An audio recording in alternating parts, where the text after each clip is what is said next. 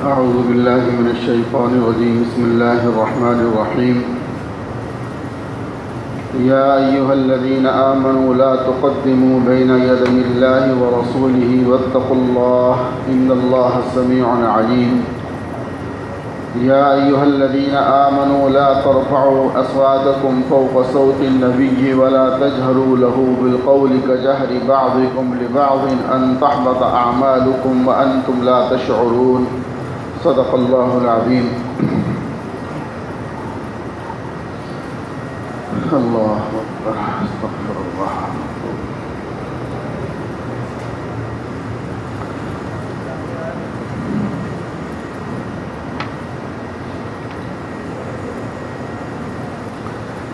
سورہ حجرات. حجرات جو ہے یہ حجرے کی جمع ہے. حجرہ کمرے کو کہتے ہیں.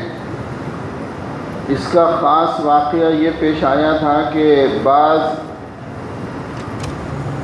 دیہاتی صحابہ رضی اللہ تعالیٰ عنہم جو دیہاتوں سے آتے تھے بدو، اتنا ان کو آداب کا خیال نہیں رہتا تھا، تو وہ اللہ کے نبی علیہ الصلاۃ والسلام کو اس انداز میں پکارتے تھے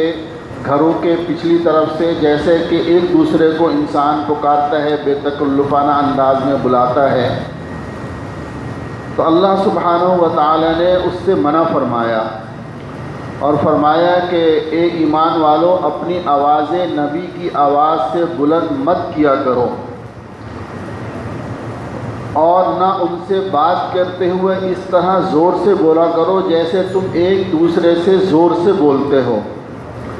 کہیں ایسا نہ ہو کہ تمہارے اعمال برباد ہو جائیں اور تمہیں پتہ بھی نہ چلے.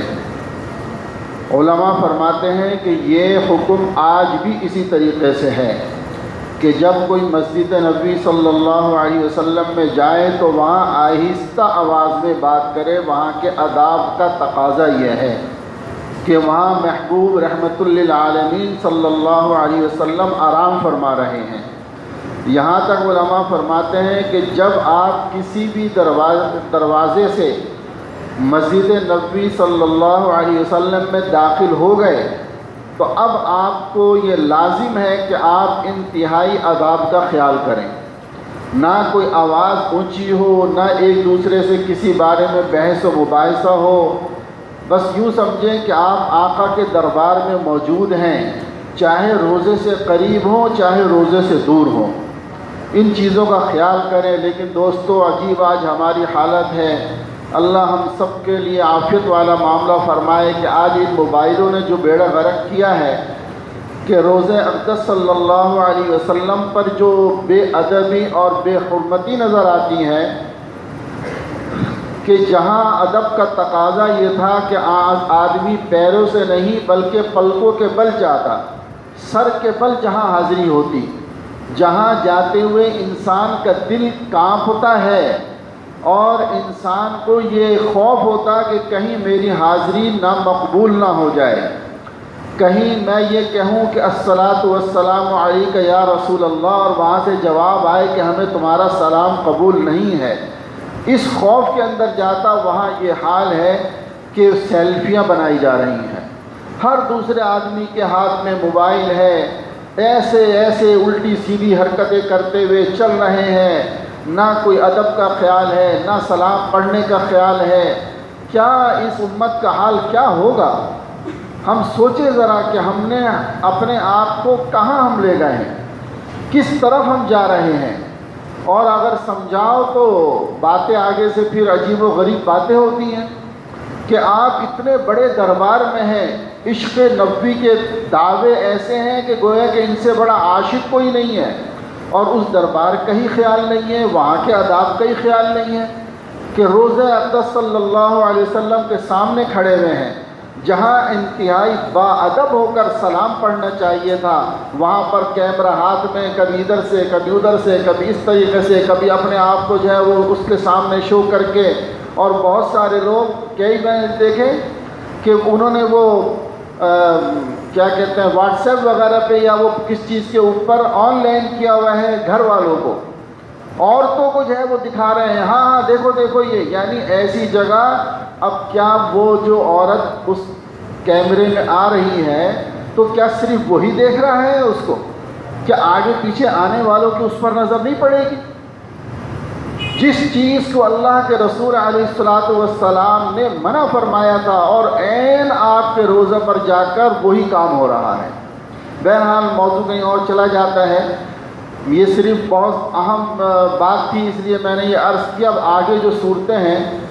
عام طور پہ ان میں چونکہ کچھ مسائل ہیں، کچھ فضائل ہیں، کچھ اخلاق ہیں، وہ سب تفصیلی چیزیں ہیں۔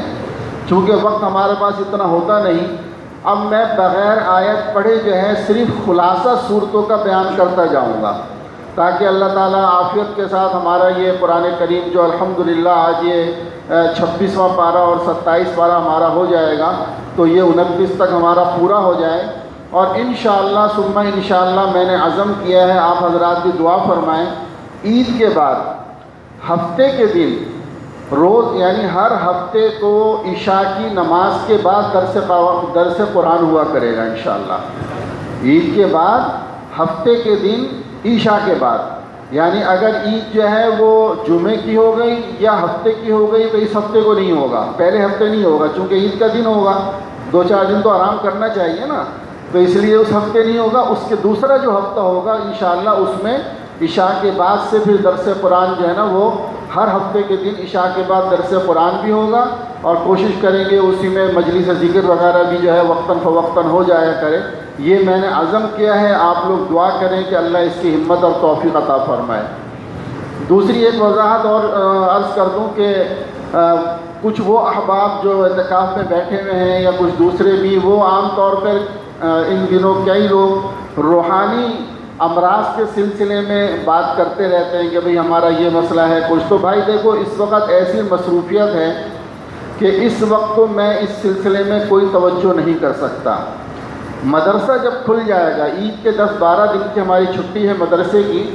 مدرسے کھلنے کے بعد آپ حضرات تشریف لائیں، ناظم صاحب سے رابطہ کر لیں یا منیب سے رابطہ کر لیں، وہ مجھ سے رابطہ ہو جائے گا، اس میں وقت دے دوں گا، اس میں آپ حضرات تشریف لائیں انشاءاللہ، جس کو ضرورت ہو جو خدمت ہوگی میں اس کے لیے حاضر ہوں، مجھے انکار نہیں ہے، لیکن فی الحال ابھی وقت نہیں ہے، کیونکہ اس کے لیے جتنا وقت لگتا ہے وہ پھر اتنا نہیں بچتا کہ میں دوسرے کام پر توجہ دے سکوں۔ اللہ اکبر۔ تو بہرحال یہ سورہ حجرات کی ایک بات میں نے عرض کر دی آپ سے، اب اس کے اندر کیا کیا مضامین ہیں وہ تھوڑے سے جو ہے وہ اس کا خلاصہ میں بتا دیتا ہوں۔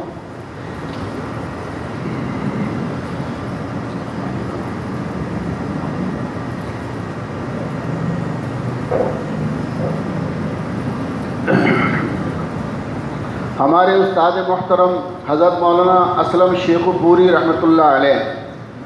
جن کو پچھلے کچھ عرصے پہلے شہید کیا گیا، ٹانگوں سے معذور تھے، الحمدللہ میں ان کا شاگرد رہ چکا ہوں، ہم نے بچپن میں ان سے پڑھا تھا، تو انہوں نے یہ ایک کچھ اس سلسلے میں خلاصۃ القرآن کے سلسلے میں سب سے پہلا کام تقریباً انہوں نے کیا، تو انہی کے اس خلاصے سے میں کچھ آپ کے سامنے جو ہے وہ عرض کیا کروں گا تاکہ یہ جو ہمارا اب وقت ہے کم سے کم وقت میں ہمارا یہ خلاصہ پورا ہو جائے۔ اللہ، سورہ حجرات مدنی ہے،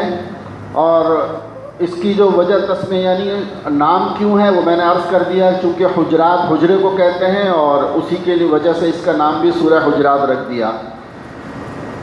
اس کے اندر جو بدو وغیرہ آتے تھے وہ جو پکارتے تھے تو اس کو منع فرمایا کہ ایسا نہ کریں۔ پھر اس سورت کے اندر اس کو سورۃ الاخلاق اور آداب بھی کہا جاتا ہے، چونکہ اس سورت میں 5 مرتبہ اللہ سبحانہ و تعالی نے ایمان والوں کو ایمان والوں کہہ کر پکارا ہے، یا ایھا الذین آمنوا اجتنبوا کثیرا من الظن، یا ایھا الذین آمنوا ان جاءکم فاسق بنبأ، یا ایھا الذین آمنوا، اسی طریقے سے لا ترفعوا اصواتکم، کہ جس کے ابتدا میں آپ نے فرمایا کہ مومن کو چاہیے کہ جب تک اللہ اور اس کے رسول صلی اللہ علیہ وسلم کے حکم کو نہ جان لیں اپنی رائے اور فیصلے کا ہرگز اظہار نہ کرے۔ اس سے اگلی آیت میں مسلمانوں کو حکم دیا گیا ہے کہ وہ اللہ کے نبی صلی اللہ علیہ وسلم سے خطاب کرتے ہوئے اپنی آواز کو پست رکھیں، جیسے میں نے ابھی عرض کر دیا اسی طرح اس کے اندر پھر جو ہے وہ یہ فرمایا کہ اگر کوئی ایسا ایرا غیرہ آدمی تمہارے پاس کوئی خبر لے کر آئے تو ایک دم سے اس پر اعتماد نہ کر لو، بلکہ تھوڑی سی تحقیق کر لو کہ یہ خبر صحیح ہے یا غلط ہے، اس کے بارے میں فرمایا۔ پھر آگے فرمایا کہ دیکھو ایمان والو، تم جو ہے وہ غیبت نہ کرو۔ فرمایا اَيُحِبُّ أَحَدُكُمْ أَن يَأْكُلَ لَحْمَ أَخِيهِ مَيْتًا، یعنی غیبت ایسا گناہ ہے جیسے اپنے مردار بھائی کا گوشت کھانا، یعنی مردار وہ بھی کسی جانور کا نہیں بلکہ اپنے مردار بھائی کا گوشت کھانا، جس طرح یہ کس قدر ناپسندیدہ چیز ہے کہ کوئی انسان ایسا کر نہیں سکتا ہے۔ اسی طرح فرمایا کہ غیبت بھی اسی طرح کا عمل ہے، لہٰذا غیبت نہ کیا کرو۔ پھر آگے فرمایا کہ دیکھو ایک دوسرے کا مذاق اڑانا اور ایک دوسرے کو حقارت سے جو ہے وہ آواز دینا، اس کا تمسخر اڑانا، کسی کو عیب لگانا، طعنہ دینا، رسوا کرنا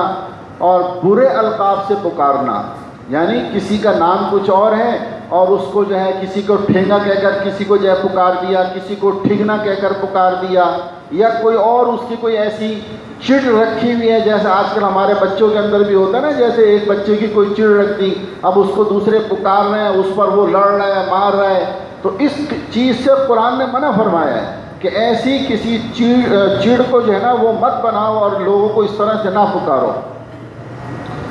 بدگمانی نہ کرنا، بدگمانی سے اس صورت کے اندر منع فرمایا۔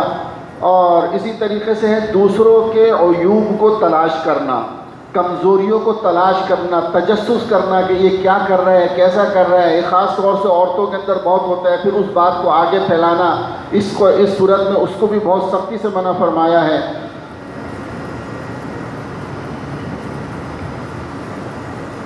اللہ اکبر۔ پھر اس کے بعد آگے فرمایا کہ دیکھو اصل جو تمہارے اندر اللہ رب العزت کے ہاں جو محبوب ہے اور جو مکرم ہے وہ بندہ ہے جو تقوی والا ہے۔ تمہارا حسب، نسب، یہ سب بات کی چیزیں ہیں، اور یہ تو اللہ نے اس لیے بنایا ہے کہ تم ایک دوسرے کو پہچان سکو، ورنہ اصل کیا ہے، ان اکرمکم عند اللہ اتقاکم، کہ جو تم میں سب سے زیادہ متقی ہے وہ اللہ کے ہاں سب سے زیادہ مکرم ہے۔ لہٰذا اپنے حسب نسب کی وجہ سے اتراؤ مت، اور یہ مت سمجھو کہ تمہارا حسب نسب تمہیں بچا لے گا، یہ تو اللہ سبحانہ و تعالیٰ کے ہاں جو زیادہ متقی ہوگا وہی بچے گا۔ آگے سورہ قوف آتی ہے، اس کا نام ہی سورہ قوف ہے کہ قوف والقرآن المجید۔ اس سورت کے اندر بھی بنیادی عقائد یعنی توحید ہے، رسالت ہے، دیگر چیزیں ہیں۔ اللہ سبحانہ و تعالیٰ نے قرآن کریم میں تقریباً 6 جگہ قرآن کریم کی قسم کھائی ہے۔ قرآن کریم میں 6 جگہ اللہ نے قرآن کی قسم کھائی ہے کہ کہیں فرمایا صاد والقرآن ذی الذکر، کہیں فرمایا صاد والقرآن المجید، کہیں فرمایا حامیم والکتاب المبین، یاسین والقرآن الحکیم، والطور وکتاب مستور۔ یہ آگے آ رہا ہے کہ یہاں اللہ رب العزت نے قرآن کریم کی قسم کھا کے فرمایا کہ جو کچھ ہونے والا ہے وہ ہونے والا ہے، یعنی عذابات آنے والے ہیں، قیامت آنے والی ہے، تمہارے ساتھ جنت اور دوزخ کے معاملے ہونے والے ہیں، یعنی اپنی بات کو قسم کھا کر جو ہے پیش کر رہے ہیں۔ کسی دیہاتی کے بارے میں آتا ہے کہ وہ کہیں سے گزر رہا تھا، اس نے جب یہ آیات سنی کہ اللہ رب العزت قسم کھا کر بات بیان فرما رہے ہیں تو وہ بے ہوش ہو کے گر گیا۔ لوگ پریشان ہوئے، اس کو ہوش میں لائے، پوچھا اس سے، اس نے کہا مجھے اتنا بڑا غم لگا اس بات کا کہ میرا اللہ وہ مجھے یقین دلانے کے لیے قسم کھا رہا ہے، یعنی آج ہم اتنے گئے گزرے ہو گئے کہ اللہ رب العزت کو قسم کھانی پڑ رہی ہے ہمیں یقین دلانے کے لیے۔ تو واقعی میرے دوستو لیکن پھر بھی انسان نہیں سمجھ رہا، یعنی رب کریم قسمیں کھا کھا کر بیان فرما رہے ہیں لیکن پھر بھی یقین نہیں آ رہا کہ ایسا کچھ ہونے والا ہے۔ اللہ اکبر۔ اس کے بعد پھر آگے اس صورت میں اللہ سبحانہ و تعالیٰ فرماتے ہیں کہ دنیا کے عجائبات کو دیکھو، دنیا کی تخلیق کے اندر غور کرو، اپنی تخلیق میں غور کرو، قوم سمود اور قوم عاد کے حالات کو دیکھو کہ کس طریقے سے ہم نے ان کو تباہ و برباد کیا جب ان لوگوں نے نہیں معلوم کیا، یعنی جب عمل نہیں کیا انہوں نے۔ پھر یہ بتایا اس صورت میں یعنی سورہ قاف کے اندر کہ 2 فرشتے تمہارے ساتھ ہر وقت موجود ہیں، جب تم مرتے ہو تو وہ تمہارا نامہ اعمال لپیٹ دیتے ہیں اور قیامت کے دن وہ تمہارے سامنے لے کر حاضر ہو جائیں گے کہ یہ ہے اللہ، اس کا نامہ اعمال جو اس نے اچھائیاں کی ہیں یا برائیاں کی ہیں وہ سارا تمہارے سامنے لے آئیں گے۔ آخر میں اس صورت میں اللہ سبحانہ و تعالیٰ اپنے محبوب رحمت للعالمین صلی اللہ علیہ وسلم کو صبر کی تلقین فرما دیں کہ فرمایا کہ اے نبی آپ صبر اختیار کریں اور صبح و شام اللہ کی تسبیح بیان کریں اور اللہ کی عبادت میں لگے رہیں اور ان سے پریشان نہ ہوں، یہ تو وقت آنے والا ہے جب ان کی پکڑ ہو جائے گی۔ اس کے بعد ہے سورہ زاریات۔ سورہ زاریات جو ہے اس کے اندر اللہ سبحانہ و تعالیٰ نے ہواؤں کی قسم کھائی ہے، 4 قسم کی ہواؤں کی، اور اسی لیے والزاریات ذرواً یہ ہوا کو کہا جاتا ہے جو ایسی چلتی ہے کہ ہر چیز کو اڑا دیتی ہے، تو اسی کا نام بھی زاریات رکھ دیا۔ تو فرمایا کہ اس 4 قسم کی ہواؤں کی اللہ پاک قسم کھاتے ہیں اور پھر فرماتے ہیں آخر میں کہ یہ جو باتیں ہیں جس میں یہ لوگ مشرکین مکہ اور یہ سب پڑے ہوئے ہیں، یہ باتیں لازمی ہونے والی ہیں۔ والزاریات ذرواً فالحاملات یسراً، کہ یہ سب معاملات ہونے والے ہیں۔ یہ مت سمجھیں کہ ہم یہ ان کو بس ایسے ہی کہانیاں سنا رہے ہیں، افسانے سنا رہے ہیں، بات ختم ہو جائے گی۔ فرمایا بات ختم نہیں ہوگی، اور کل جب یہ کافر سب کے سامنے یہ معاملہ آ جائے گا قرآن کریم کا، صاحب قرآن کا، اور یہ سب چیزیں ان کے سامنے آ جائیں گی۔ پھر متقیوں کی کچھ صفات بیان کر فرمائی ہیں کہ متقی کون ہیں؟ جو نیک اعمال کرتے ہیں، رات کو کم سوتے ہیں، سحر کے وقت توبہ اور استغفار کرتے ہیں، اور اپنے اموال میں سے مانگنے والوں اور نہ مانگنے والے دونوں کو اپنے اموال میں سے صدقہ اور زکوٰۃ دیتے ہیں، یعنی دوسروں پر خرچ کرتے ہیں یہ لوگ۔ پھر اللہ رب العزت نے اپنی نشانیاں بیان فرمائی ہیں کہ زمین میں یقین کرنے والوں کے لیے بہت سی نشانیاں ہیں کہ زمین گول ہونے کے باوجود ایسی بچھا دی گئی ہے جیسے کوئی بچھونا بچھایا جاتا ہے۔ اس میں آنے جانے والوں کے لیے راستے ہیں، اس میں میدان ہیں، پہاڑ ہیں، سمندر ہیں، دریا ہیں، چشمے ہیں، لوہا، تانبا، سونا، چاندی، یعنی جتنی انسان کی ضروریات تھیں وہ اللہ رب العزت فرماتے ہیں کہ ہم نے سب کی سب ان زمینوں کے اندر رکھ دی ہیں تمہارے لیے، اور تم پھر بھی اللہ کا شکر ادا نہیں کرتے، تم پھر بھی رب کی طرف نہیں آتے۔ دوسری نشانی فرمایا کہ خود انسان کی اپنی جو خلقت ہے، اس کی جو اپنی حقیقت ہے اور اپنی جو تخلیق ہے، اس کے اندر غور کر لے تو وہ خود انسان سمجھ لے گا اس کے سننا، دیکھنا، بولنا، ہاضمہ، ایک گردے کے اندر جو ہے کئی لاکھ نسیں، جو ایک پورا فلٹر کا کام ہو رہا ہے، معدے کے اندر جو اس پوری صورت ہے، انسان ٹھوستا ہے، 10 چیزیں ٹھوستا ہے، اور پھر ہر چیز کے مطابق وہ وہاں جا کر اگر یہی کھانا کسی مشین میں ڈالا جائے تو بہت لمبی چوڑی مشینوں میں جا کر وہ چیزیں جو ہے اپنے اپنے مقام تک پہنچیں گی، اور یہ اللہ نے ایسا نظام بنا دیا کہ کوئی مشین کی ضرورت نہیں ہے۔ جتنی مقدار میں انسان کو وٹامن کی ضرورت ہے وہ اس کو مل رہا ہے، جتنی فولاد کی ضرورت ہے وہ اس کو مل رہا ہے، جتنا اس کو چونے کی ضرورت ہے وہ اس کو مل رہا ہے۔ ایسا نہیں ہے کہ کوئی چیز اس کو زیادہ یا کم ہو رہی ہے، اور جہاں تھوڑا بیلنس خراب ہوتا ہے انسان بیمار ہو جاتا ہے۔ تو فرمایا کہ ہم نے انسان کو اللہ کیا کچھ عطا فرما دیا کہ آٹومیٹک اس کا جدید نظام چل رہا ہے۔ حضرت قدادہ رحمۃ اللہ علیہ فرماتے ہیں کہ جو شخص اپنی تخلیق کے بارے میں غور و فکر کر لے وہ جان لے گا اس بات کو کہ اس کو کسی نے پیدا کیا ہے، اور اس کے جوڑ اور اعضاء عبادت کے لیے نرم ہو جائیں گے، یعنی وہ پھر اللہ کی عبادت کی طرف آ جائے گا۔ اسی طرح اللہ رب العزت نے فرمایا کہ یہ جو تمہیں رزق ملتا ہے، اس رزق کو تم تک پہنچانے کے لیے جو جو ذرائع استعمال ہوتے ہیں، اگر ہم سورج نہ نکالیں اور وہ گندم کے اوپر نہ پڑے تو وہ گندم نہ پکے گی۔ اسی طرح اگر چاند کی روشنی نہ پڑے، اگر بارشیں نہ برسیں تو یہ زمین تمہیں اپنا غلہ نہیں دے گی۔ یعنی یہ ساری قدرت کی نشانیاں ہیں، اللہ رب العزت اس کو بار بار بیان فرما رہے ہیں۔ اور اس کے بعد پھر اسی میں 27ویں پارے کے شروع میں اللہ سبحانہ و تعالیٰ نے اس واقعے کو دہرایا ہے جو ہم نے پیچھے پڑھا تھا کہ حضرت ابراہیم علیہ السلام کے پاس کچھ فرشتے مہمان آئے آپ نے ان کی مہمانی کرنی چاہیے تو پتہ لگا وہ فرشتے ہیں، اور انہوں نے یہ کہا کہ ہمیں تو اے اللہ کے نبی ہم فرشتے ہیں اور ہمیں تو قوم لوط کے لیے بھیجا گیا ہے ان کو سزا دینے کے لیے۔ پھر وہ قوم لوط کی طرف گئے اور ان کو سخت سزا دی، پوری بستی کو اٹھا کر پھینک دیا۔ اس کا ذکر ہے کہ دیکھو ہم تمہارے محتاج نہیں ہیں، ہم جب چاہیں جیسا چاہیں کر سکتے ہیں، لہٰذا تم اپنی عبرت کی آنکھیں کھول لو، کہیں ایسا نہ ہو کہ تمہارے ساتھ بھی یہی انجام کرنا پڑے۔ آگے قوم سمود، قوم عاد، قوم نوح، ان سب کا مختصر سا جو ہے وہ تذکرہ کر کے بتایا گیا کہ ان کے بارے میں غور کر لو اور ان کا انجام کو سوچ لو۔ پھر آخری آیت میں فرمایا وما خلقت الجن والانس الا لیعبدون، کہ ہم نے انسان اور جنات دونوں کو اپنی عبادت کے لیے پیدا کیا ہے۔ یہ دونوں انسان اور جنات یہ مکلف ہیں تمام شریعت کے، صرف انسان نہیں، جنات بھی مکلف ہیں۔ جیسا نظام انسانوں کے اندر ہے وہی نظام جو ہے وہ جنات کے اندر بھی ہے۔ جس طرح انسانوں کے اندر جو ہے وہ مسلمان ہیں، کافر ہیں، مشرک ہیں، یہودی ہیں، غیر، اسی طریقے سے جنات کے اندر بھی ہے۔ جس طرح انسانوں میں توالد و تناسل کا سلسلہ ہے ان کے ہاں بھی اسی طریقے سے سلسلے ہیں۔ یہ دونوں مخلوق جو ہیں وہ مکلف ہیں۔ اس کے بعد ہے سورہ طور، والطور وکتاب مسطور۔ اللہ نے فرمایا کہ اس سورت کے اندر اللہ نے کوہ طور کی قسم کھائی ہے۔ کوہ طور جس پر حضرت موسیٰ علیہ السلام کو بلایا گیا تھا، اسی نسبت سے اس کا نام طور رکھ دیا گیا۔ اس سورت کی ابتدا میں اللہ سبحانہ و تعالی نے 5 قسمیں کھائی ہیں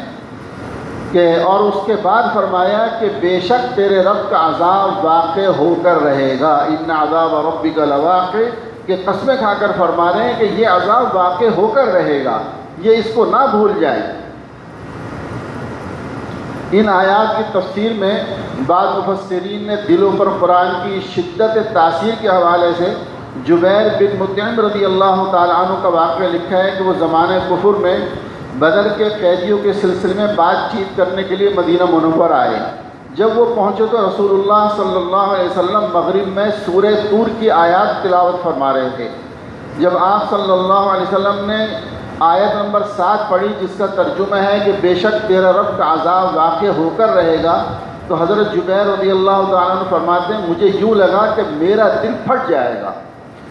اور بس اس کی وجہ سے انہوں نے کہ ایسا معلوم ہوا کہ دل پھٹ جائے گا اور میرے اوپر اللہ کا عذاب نازل ہونے والا ہے۔ اس خوف کے بعد انہوں نے اسلام قبول کر لیا۔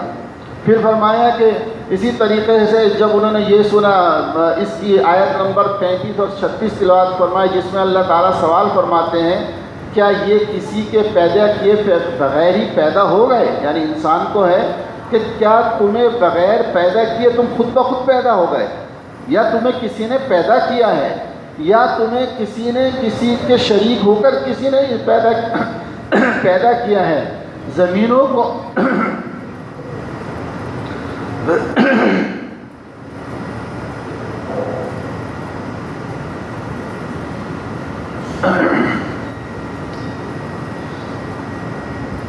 کہ تمہیں کسی نے پیدا کیا یا تم خود بخود پیدا ہو گئے، اور ایسے ہی اس آسمانوں اور زمینوں کو کسی نے پیدا کیا ہے یا یہ خود بخود پیدا ہو گئے ہیں۔ فرمایا جب یہ انہوں نے سنا تو ان کا ہوش و حواس ایسے ہو گئے، یعنی گویا ہوش و حواس ان کے اڑ گئے اور ایک عجیب ان پر کیفیت طاری ہو گئی۔ مقصود یہ ہے کہ قرآن کریم کی جو تاثیر ہے وہ دلوں پر اس طرح اثر کرتی ہے اگر اس کا دل عناد اور کفر سے خالی ہو اور دل میں بغض نہ ہو۔ حضرت عمر رضی اللہ تعالیٰ عنہ کا بھی ایک واقعہ فرماتے ہیں کہ حضرت عمر رضی اللہ تعالیٰ عنہ ایک رات مکے میں جو ہے گلی کوچوں میں طواف کر رہے تھے۔ جیسے آپ کا معمول تھا کہ راتوں کو پہرے داری کے لیے بعض مرتبہ خود نکل جاتے تھے، تو ایک گھر کے پاس سے گزرے تو یہی آیات تلاوت ہو رہی تھی، اور یہ پڑھی جب پڑھنے والے نے یہ آیت پڑھی ان عذاب ربک لواقع، تو ان کی حالت ایسی خراب ہوئی کہ آپ وہیں پر دیوار سے ٹیک لگا کر بیٹھ گئے، کافی دیر بیٹھے رہے، اور جب ذرا حالت سنبھلی تو اٹھے گھر پہنچے اور 1 مہینے تک گھر میں بیمار پڑے رہے۔ 1 مہینے تک گھر سے نکلے نہیں، اور کسی کی سمجھ میں نہیں آ رہا تھا کہ امیر المومنین کو کیا بیماری ہو گئی، یہ کیا ہو گیا ہے۔ اصل چیز یہ تھی کہ وہ قرآن کریم کو سمجھتے تھے، وہ جانتے تھے کہ یہ رب کا کلام ہے، اور اللہ رب العزت قسم کھا کر فرما رہے ان عذاب ربک لواقع، کہ یہ لازمی تیرے رب کی طرف سے عذاب آنے والا ہے۔ بس اس چیز کو سن کر میرے دوستو وہ ان کی حالت غیر ہو گئی، اور آج ہم ایک کان سے سنتے ہیں دوسرے کان سے بات نکل جاتی ہے، سمجھ میں نہیں آتا کہ کیا ہے کیا نہیں ہے۔ اللہ اپنا فضل فرما دے، اللہ ہمیں قرآن کے ساتھ گہرا تعلق نصیب فرما دے۔ پھر اسی صورت کے آخر میں مشرکین کے باطل خیالات کی تردید کی گئی ہے، وحدانیت پر دلائل قائم ہے، اور ان احمقوں کی مذمت کی گئی ہے جو ملائکہ کو بیٹی قرار دیتے ہیں اللہ سبحانہ و تعالی کی۔ آگے پھر سورہ نجم ہے، وَالنَّجْمِ إِذَا هَوَىٰ مَا ضَلَّ صَاحِبُكُمْ وَمَا غَوَىٰ، جس میں جو ہے وہ اللہ جل شانہ نے ستارے کی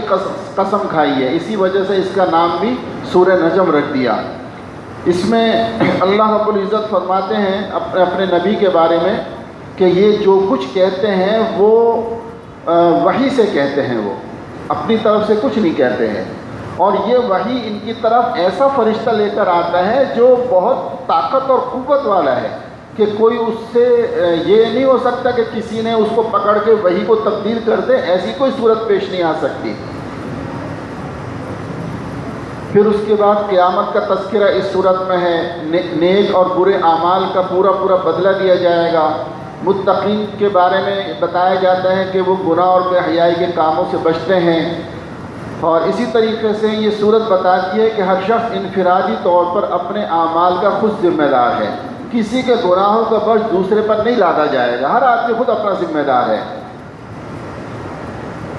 آگے فرماتے ہیں اللہ سبحانہ و تعالی فرماتے ہیں کہ اللہ ہی ہنساتا ہے وہی رلاتا ہے، اللہ ہی غم بھی دیتا ہے اور وہی خوشی بھی دیتا ہے، وہی نر اور مادے کو پیدا کرتا ہے، وہی مالدار بناتا ہے، وہی سرمایہ دیتا ہے۔ یہاں ان صورتوں کے اس میں ایک جگہ لکھا ہے کہ ایک عیسائی تھا، وہ چرب زبان قسم کا، اس نے ایک دوسرے سے کہا کہ بھائی تم بڑی وہ کرتے ہو کہ آخرت میں عذاب کچھ پیسے مجھے دے دو میں تمہیں بچا لوں گا، اور اس کے بعد اس نے جو ہے وہ پیسے لیے اور کچھ لکھ کر اس کو دے دیا، جیسے آج کل بھی ہوتا ہے نا، پیسے دے دو بخشش ہو جائے گی تمہاری، یہ بھی آج کل ایک بڑا دھندا چل رہا ہے۔ تو اللہ رب العزت فرماتے ہیں کہ ہر آدمی اپنے اعمال کا ذمہ دار ہے، کوئی کسی دوسرے کا بار نہیں اٹھا سکتا، نہ کوئی دوسرے کو بچا سکتا ہے۔ باقی پھر بڑی تفصیلات ہیں جس میں اللہ کے نبی علیہ الصلوۃ والسلام نے حضرت فاطمہ رضی اللہ تعالی عنہ کو فرمایا کہ اے فاطمہ، میں محمد تمہارے لیے کچھ نہیں کر سکتا، یعنی تمہاری بخشش کے لیے میں کچھ نہیں کر سکتا، خود اپنا خیال رکھو۔ مقصد کیا ہے کہ اعمال، فرائض، واجبات یہ خود ادا کرو، ہاں جب سفارش کا اللہ پاک موقع دیں گے، اجازت دیں گے تو اس وقت تو شفاعت ہوگی اللہ، لیکن اگر ایمان نہ ہوا تو پھر تو سفارش کوئی کسی کی بھی قبول نہیں ہوگی۔ بس اس کے اندر اس انداز میں جو ہے یہ ساری چیزیں یہاں بیان ہیں۔ پھر سورہ قمر آ گئی، سورہ قمر جو ہے اقتربت الساعۃ وانشق القمر، قیامت قریب آ چکی اور چاند شق ہو گیا۔ اس کے اندر خلاصہ یہ ہے کہ مشرکین مکہ جو نئے طریقے یعنی نئے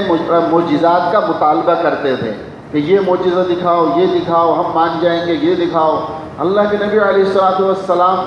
دل سے چاہتے تھے اور کوشش کرتے کہ یہ مان جائیں۔ ایک موقع پر انہوں نے کہا کہ اچھا اگر واقعتاً تم نبی ہو تو یہ جو چاند ہے اس کو 2 ٹکڑے کر کے دکھاؤ۔ اللہ کے رسول علیہ الصلوۃ والسلام نے چاند کی طرف اشارہ کیا، وہ 2 ٹکڑے ہو گیا، ایک ٹکڑا پہاڑ کے اس طرف اور دوسرا ٹکڑا پہاڑ کے اس طرف، اور درمیان میں پہاڑ، باقاعدہ ہر ایک نے اس کو دیکھا، اور حتیٰ کہ جو قافلے عربوں کے دور سے آ رہے تھے انہوں نے راستے کے اندر دیکھا کہ یہ چاند 2 چاند کیسے ہیں آج،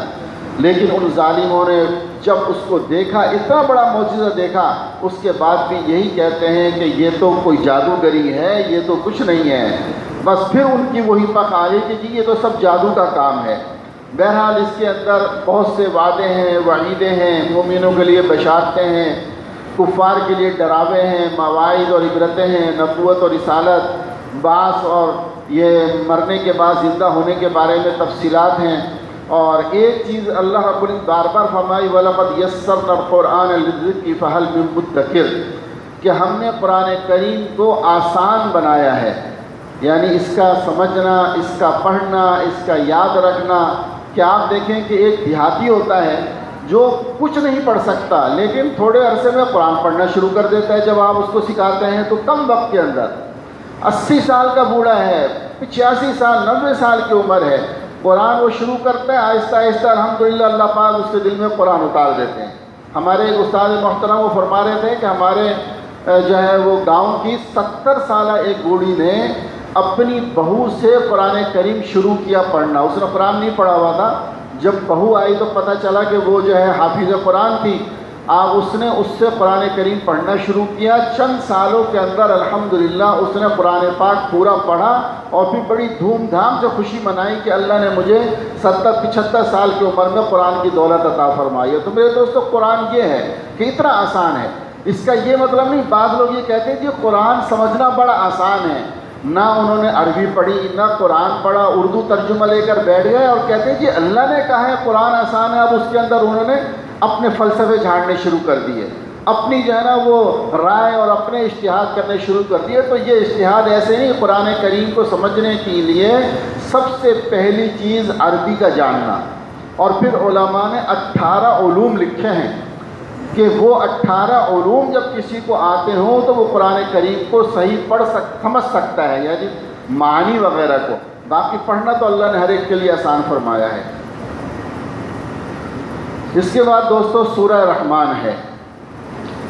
اللہ اکبر، جو آج جو ہے امام صاحب نے یہ پورا پارہ ہی تلاوت کیا ہے کہ سورہ رحمان کا نام ہی اس لیے رکھا ہے الرحمن علم القرآن، کہ ایسا معلوم ہوتا ہے کہ مشرکین کو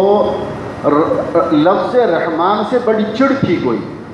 یعنی رحمان سے اس لیے پہلی بھی ایک آیت میں گزرا ہے نا، وہ کہتے ہیں کہ تم کہتے ہو کبھی یا اللہ کہتے ہو کبھی رحمان کہتے ہو، تو تمہارے تو دو خدا ہیں۔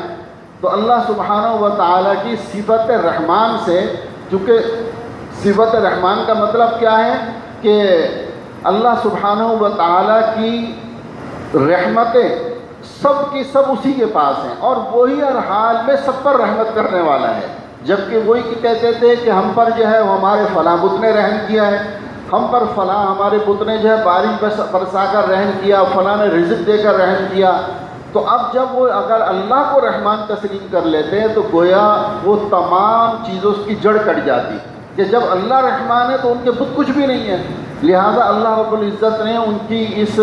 چڑ کو گویا کہ پوری صورت بنا دیا کہ سورہ رحمان نازل فرما دی کہ رب کون ہے۔ اور پھر میرے دوستو یہ اس کا مزہ یہ ہے کہ آپ اس کو پورا ترجمے کے ساتھ پڑھیں، اور اس کے لیے میں کہوں گا حضرت مولانا تقی عثمانی صاحب کا جو ایک بہت آسان وہ آیا ہے آسان ترجمے کے نام سے، بہت مختصر بہت بہترین، ایک عام آدمی کے لیے اگر وہ چاہے کہ قرآن کریم کا مطالعہ کرے، ان صورتوں کا مطالعہ کرے تو وہ لے لیں، بہت آسانی سے اس کو سمجھ میں آئے گا۔ جہاں مسائل آ جاتے ہیں، کچھ چیزیں سمجھ میں نہیں آتی، وہاں نشان لگا لے، کسی عالم سے پوچھ لے، لیکن اس کو اسی وقت مزہ آئے گا۔ ویسے بیان کرنے میں میرے جو ہے نا وہ پھر چونکہ تفصیل ہو جائے گی، وقت زیادہ لگ جائے گا۔ اس میں اللہ رب العزت نے جنت کا بھی تذکرہ کیا ہے، دوزخ کا بھی تذکرہ کیا، پھر اللہ رب العزت نے انسان کے لیے جو محلات تیار کیے اور چاند اور سورج کو کام پہ لگایا، سمندروں سے جو اس کے لیے نعمتیں نکالی ان کا تذکرہ ہے۔ اور بار بار یہ ہے 31 مرتبہ اللہ سبحانہ و تعالیٰ نے فرمایا فَبِأَيِّ آلَاءِ رَبِّكُمَا تُكَذِّبَانِ، کہ رب کی کون کون سی نعمتوں کو جھٹلاؤ گے۔ 31 مرتبہ اس صورت کے اندر یہ آیت آئی ہے جس میں اللہ رب العزت فرماتے ہیں، اور باغات کا تذکرہ ہے، اور حور عین، حور عین یعنی ایسی خوبصورت بیویاں، ایسی خوبصورت لڑکیاں جن کے بارے میں نہ کسی سوچ کے تصور میں آئی ہے، نہ کسی دل کے خیال میں وہ اس کا خیال گزرا ہے، اور ایسی پاک اور صاف جن کے اندر کوئی گندگی نہیں، نہ پیشاب کی نہ پخانے کی، نہ جو ہے وہ اگر سو جائیں تو آنکھوں میں چیپڑ جیسے ہمارے ہاں آ جاتے ہیں اور پھر دوسرے دن منہ دھونا لازمی ہوتا ہے، ایسی کوئی گندگی نہیں، صاف ستھری ایسی بیوی اللہ رب العزت اہل جنت کو عطا فرمائیں گے۔ اور کم عمر یعنی بالی عمر جس کو کہا جاتا ہے نا، اس عمر کی اور اسی طریقے سے مردوں کو بھی جوان کر دیا جائے گا ان کے لیے، اور یہ نعمتیں اللہ رب العزت نے اس کے اندر اس صورت میں بیان فرمائی ہیں۔ اس کے بعد سورہ واقعہ ہے میرے دوستو۔ سورہ واقعہ تقریباً لوگوں کو معلوم ہے اور پڑھتے ہیں کہ ایک روایت میں آتا ہے کہ جو شخص مغرب کے بعد سورہ واقعہ کی تلاوت کرتا ہے یا رات میں کسی وقت بھی پڑھتا ہے تو انشاءاللہ کبھی اس کے گھر میں فاقہ نہیں ہوگا۔ معنی کیا کہ اللہ پاک اس کے مال میں برکت عطا فرماتے ہیں، وسعت عطا فرماتے ہیں سورہ واقعہ پڑھنے والے کے لیے۔ اس پر میں آپ کو ایک چھوٹا سا واقعہ بتاتا ہوں۔ ہم نے ایک کارڈ چھاپا ہوا ہے مسنون اذکار کا، اس میں سورہ واقعہ کے بعد ایک دعا ہے، صرف ایک بہت اہم چیز ہے اس لیے اس کی ذرا سی تفصیل بتا دیتا ہوں۔ وہ دعا مجھے ایک شارجہ میں ایک ساتھی ہیں ان کے ذریعے سے ملی جو پہلے سعودیہ کے اندر تھے۔ انہوں نے بتایا کہ میرے حالات پہلے بہت اچھے تھے، پھر بہت خراب ہوئے، اور اتنے خراب ہوئے کہ مجھے روٹی کھانے کے لالے پڑ گئے، یعنی میرے جیب میں 1 ریال نہیں تھا کہ میں کھانا کھا سکوں۔ اسی حال میں کسی مسجد کے اندر بیٹھا ہوا میں رو رہا تھا اور اللہ سے مانگ رہا تھا کہ یا اللہ مجھے لوگوں کے سامنے ہاتھ پھیلانے سے میری حفاظت فرما لے۔ کہتے ہیں میں اسی دوران تلاوت کے لیے اٹھا، قرآن کریم میں نے اٹھایا تو ایک پرچہ نیچے گرا، اس پرچے کے اندر وہ دعا لکھی ہوئی تھی جو دعا ہم نے چھاپی ہے۔ انہوں نے کہا کہ یہ جب میں نے دعا پڑھی تو اس میں یہی تھا کہ یا اللہ مجھے رزق عطا فرما، میرا رزق اگر آسمانوں میں ہے مجھے عطا فرما، زمین میں ہے عطا فرما، اور میں بدبخت ہوں تو مجھے خوش نصیب بنا دے۔ اس طرح کا اس کا مضمون ہے۔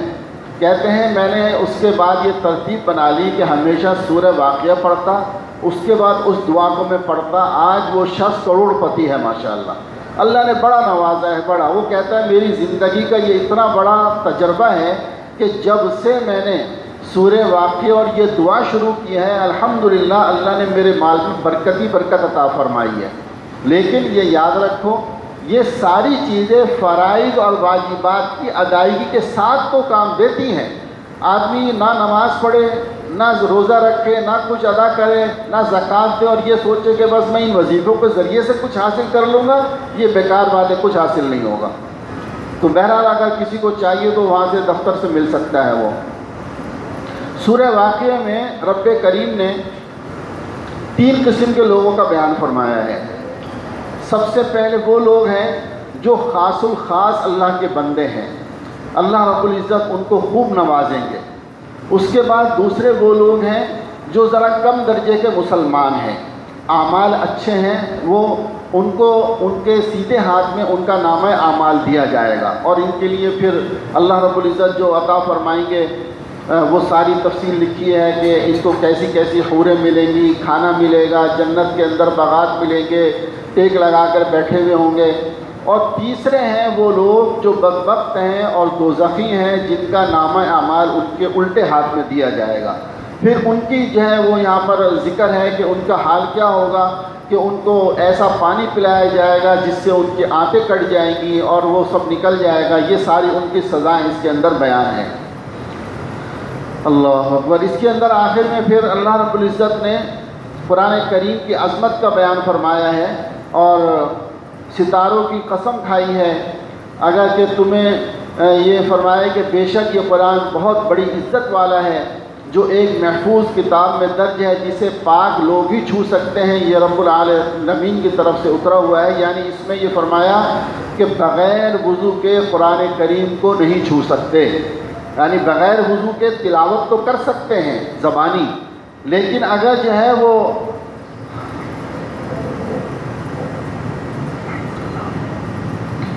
قرآن کریم کو ہاتھ لگانے کی ضرورت پڑ جائے تو وضو کرنا ضروری ہے۔ لیکن جنبی یعنی وہ شخص جس پر غسل فرض واجب ہے وہ شخص قرآن کریم کی تلاوت بھی نہیں کر سکتا، نہ قرآن کو چھو سکتا ہے نہ قرآن کریم کی تلاوت کر سکتا ہے۔ ہاں اتنا ہے کہ اگر جیسے عورت کے جو ایام ہوتے ہیں جس کے اندر نماز ممنوع ہوتی ہے، یا وہ یہی جنبی شخص اگر جو ہے وہ رات میں ایسی صورتحال بنی کہ وہ غسل نہیں کر پایا تو وہ اذکار جو حفاظت کے لیے پڑھی جاتی ہیں وہ دعائیں وغیرہ پڑھ سکتا ہے جس میں تلاوت کی نیت نہ ہو۔ اسی طرح عورت جو ہے جن ایام میں اس کو نماز نہیں پڑھنی اور روزہ نہیں رکھنا، ان ایام کے اندر وہ صبح و شام کی جو دعائیں ہیں وہ پڑھ سکتی ہے۔ اسی طریقے سے آیت الکرسی جو حفاظت کے لیے پڑھی جاتی ہے، یا سورہ فلق، سورہ ناس جو حفاظت کے لیے، قرآن کریم پڑھنے کی نیت سے نہیں بلکہ صبح شام کے معمولات پڑھنے کی نیت سے وہ اس کو پڑھ سکتی ہے۔ سبحان اللہ بحمدہ سبحان اللہ العظیم۔ آخری صورت میرے دوستو اس پارے کی جو ہے وہ سورہ حدید ہے۔ سورہ حدید، وَأَنزَلْنَا الْحَدِيدَ فِيهِ بَأْسٌ شَدِيدٌ، حدید لوہے کو کہا جاتا ہے، اور چونکہ اس میں لوہے کے بارے میں بیان ہے کہ اس کو ہم نے تمہارے لیے اتارا ہے کہ تم اس کے ذریعے سے آلات بناتے ہو، جنگی آلات بناتے ہو، جس سے تم بہت سارے منافع حاصل کرتے ہو اور کفر کو جو ہے اس سے مقابلہ کرتے ہو۔ اور شروع کے اندر اللہ رب العزت نے اپنی توحید کو بیان کیا کہ جو کچھ ہے وہ اللہ کا ہے، وہی ہر چیز کا خالق و مالک ہے، کائنات کی ہر چیز اس کی حمد اور تسبیح بیان کرتی ہے، انسان، حیوان، شجر، حجر، جن، فرشتے، جمادات، نباتات، سب کے سب زبان حال اور زبان قال سے اس کی عظمت اور کبریائی کا اقرار کرتے ہیں۔ جب کچھ نہیں تھا تو وہ تھا، جب کچھ نہیں ہوگا تب بھی وہ ہوگا۔ یہ اللہ رب العزت نے اس صورت کے شروع میں بیان کیا ہے۔ وہ باطن اور مخفی ایسا ہے کہ کوئی عقل اس کی حقیقت کو نہیں سمجھ سکتی اور حواس اس کا ادراک نہیں کر سکتے۔ یہ اللہ نے شروع میں بیان فرمایا۔ اس کے بعد پھر اللہ سبحانہ و تعالی نے ایمان لانے اور دین کی سربلندی کے لیے یعنی جہاد کرنے، مال و جان قربان کرنے کا حکم دیا گیا ہے۔ اسی طرح خرچ کرنے کے لیے اس صورت میں بہت ترغیب دی گئی ہے کہ اللہ کی راہ کے اندر وہ خرچ کرو جو اللہ ہی نے تمہیں دیا ہے، کہ وَلِلَّهِ مِيرَاثُ السَّمَاوَاتِ وَالْأَرْضِ، یعنی اللہ نے وہ تمہیں مال دیا ہے، اس مال میں سے اگر تم خرچ کرو گے تو اللہ رب العزت کی رضا بھی حاصل ہوگی اور تمہارے مال میں برکت بھی حاصل ہوگی۔ اور پھر یہ کہ اصل مالک اللہ ہے،